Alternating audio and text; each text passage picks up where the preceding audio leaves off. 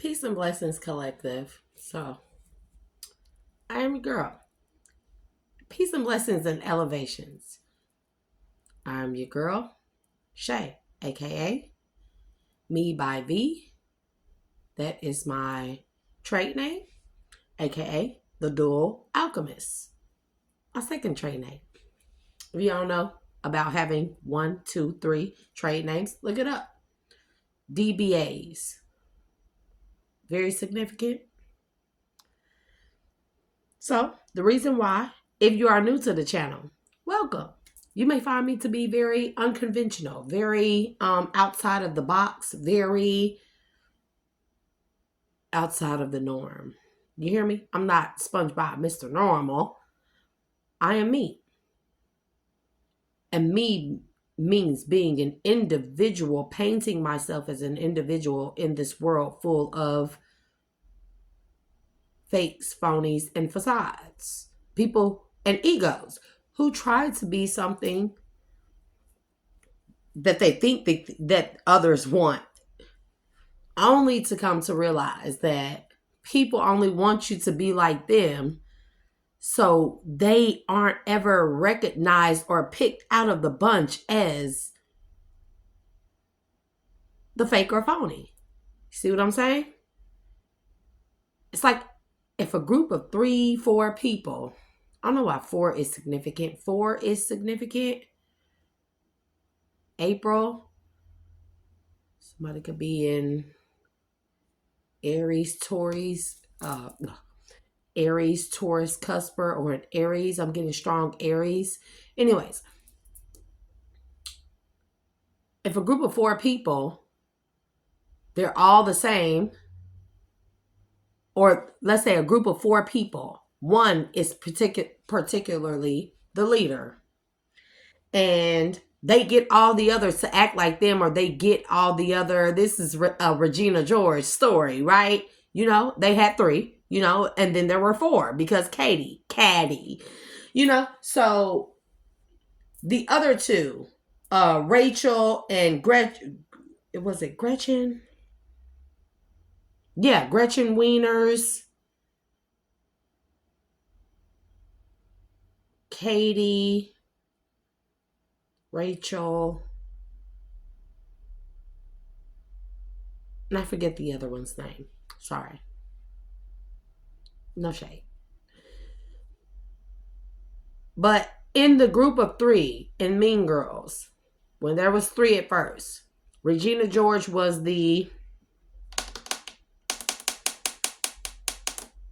she was the leader, so to speak. And the other 2, they acted like her. They did things that she did only because she was the leader, and they wanted so badly to be like her, fit in with her. And remember, if you remember Gretchen Wieners, she was Jewish. No disrespect to the culture. She was Jewish, and she had way more money than Gretchen, right? And remember, during the Christmas party, Gretchen, she had a whole meltdown to Caddy, you know, and she said, excuse me, one Christmas that her parents got her these really expensive platinum gold hoops, right? And she had to pretend like she did not like them because of Regina, because of how Regina would feel. And remind you, Regina George was the group, the leader of their group, right?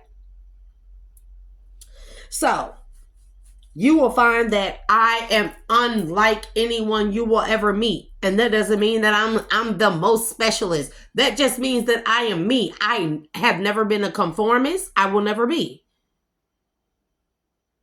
When I have tried to conform, collective, hit that like, share, and subscribe button, whether new or old. If you are a returning subscriber, thank you for returning, and thank you for watching me. Thank you for giving me a thumbs up and bagging me up when I don't have anybody in my corner to do that. So I appreciate you. Don't ever forget. Don't ever think that if I don't mention you, that you are forgotten. I never, ever forget about people that back me up and people that support me, even in the background. I never forget about you. So the point being that people have, my son's Instagram, people have made themselves to be less than what they were in order to conform to a leader who's not even above them, or who's not even on the level, or going to the level that they are going. I refuse. I am a nonconformist. I always have been. I always will be.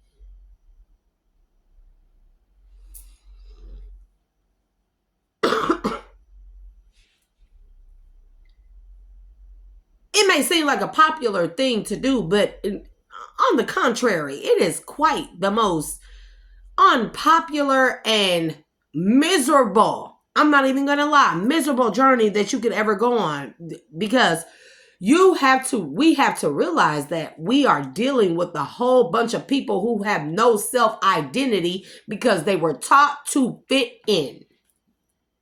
And fitting in, it's like literally fitting into along with a group of people who don't even know themselves. It's ridiculous. And for me, I cannot do that. I will not do that. I will not. I don't take joy in harming others.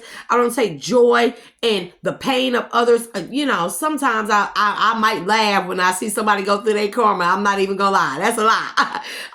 Sometimes I sit back and like, yeah, they deserve it. I was waiting on that.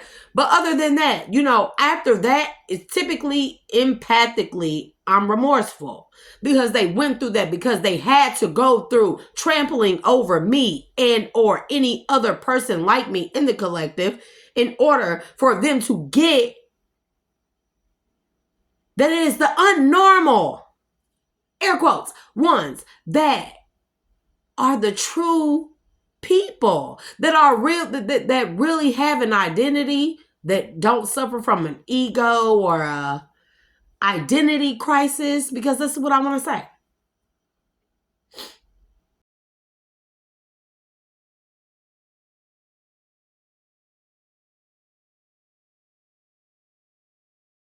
The weirdest person to me, I love weird people, and I love people even if you're not weird. Let's just say you're very stern, you're very strict, you're very militant, you're very stealthy, you're very logical. That doesn't mean that I won't like you. That means that you are you. I love accepting people for who they are. Even when I look at people that are evil, sick, and twisted, I have to respect that they come from a background that has pre-programmed them to be that way. It is what it is. And I'm never mad at them. I only get upset when I'm saying, like, let me make my own way. Shit, you don't like me? You banded together against me. You talked about me. You thought something was funny. You played with me. Oh, you breadcrumb me. Oh, all the other factors, right? It's like, okay. I don't really look back on those things. I look forward into my life. I'm gonna say this in fuck it. I'm gonna say it in the most disrespectful way. Y'all are non-fucking factors to me. Period. Y'all non-fucking factors. I don't even give a shit about what nobody did to me. It's like moving forward. What you gonna do? You gonna keep trying to attack me? Anybody in the collective? You gonna keep trying? Are you going to keep trying to demean me and degrade me? Or are you gonna just move on with your fucking life? Because literally, y'all are non-fucking factors. I don't even keep thinking about those things. I don't dwell on those things. Those things are what keep you stuck in a vicious karmic cycle of the past. You see what I'm saying? And a lot of people will be like, that's weak. Don't you want to get revenge? I do not. I do not want to get revenge. Baby, you know how much time revenge take up? Most times, revenge be in people's minds.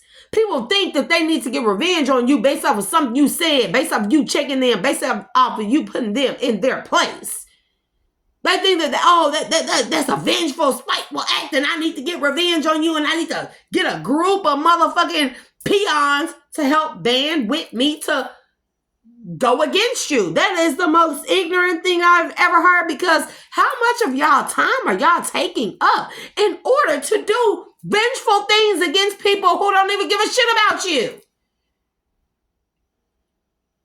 Where people thought they left me out in the cold, left me for dead. It's like, bro, okay.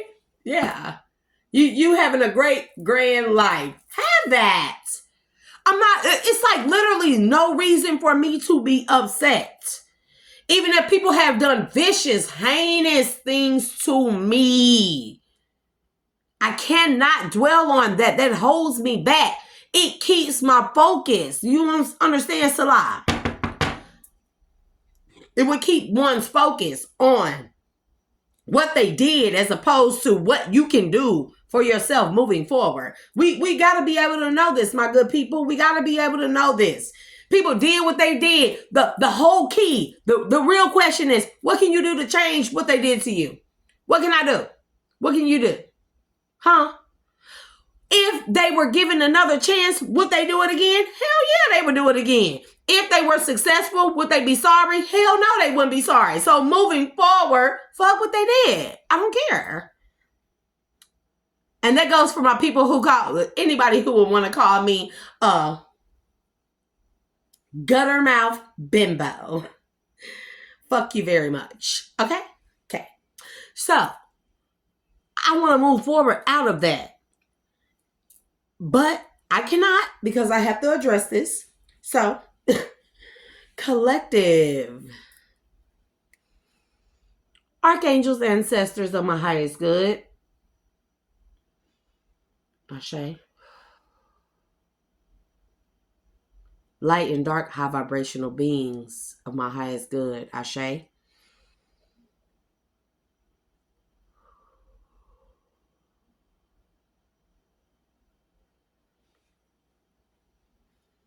Higher self, Ashe. Most High God, Source, Ashe.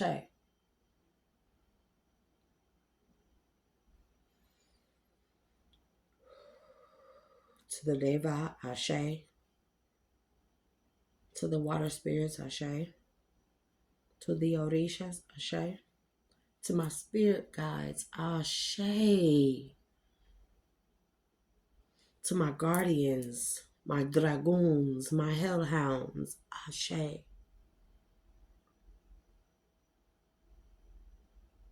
And to all my hidden helpers, Ashe. And to the collective, Ashe. So we have to be comfortable, collective.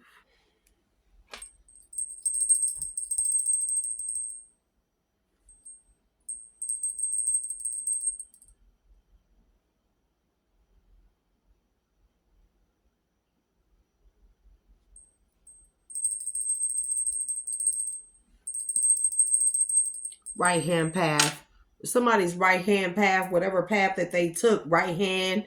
And so mysticism, Gnosticism. We need to know the difference between left hand path and right hand path. Very important. Somebody has always taken the right hand path because the way that bell rung in my ear, it was almost like not deafening, but it was very dull.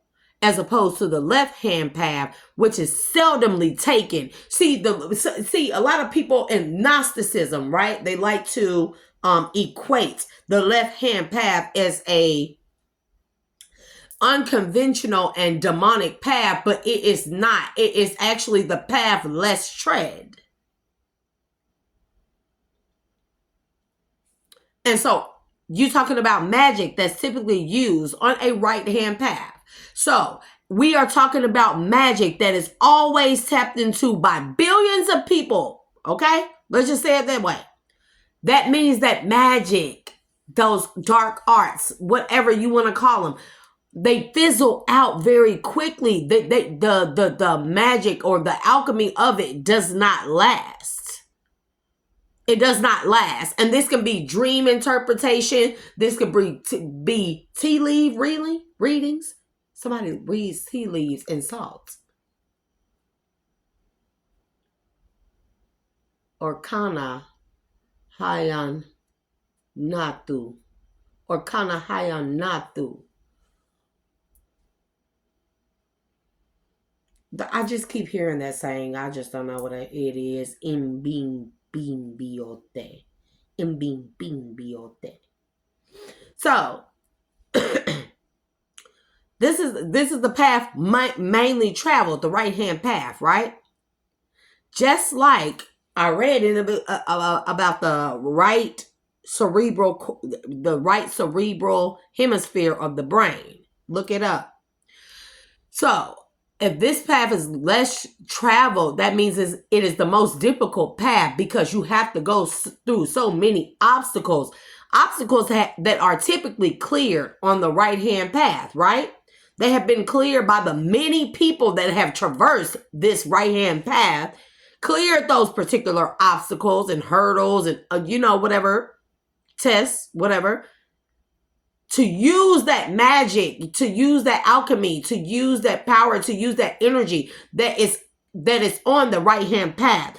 The left-hand path is so much more turbulent. That's why less people go the left-hand path. Contrary to belief, the right-hand path is the dark arts. Period. Argue with me. I want to hear it in the comments. Argue with me. The left-hand path is the light arts.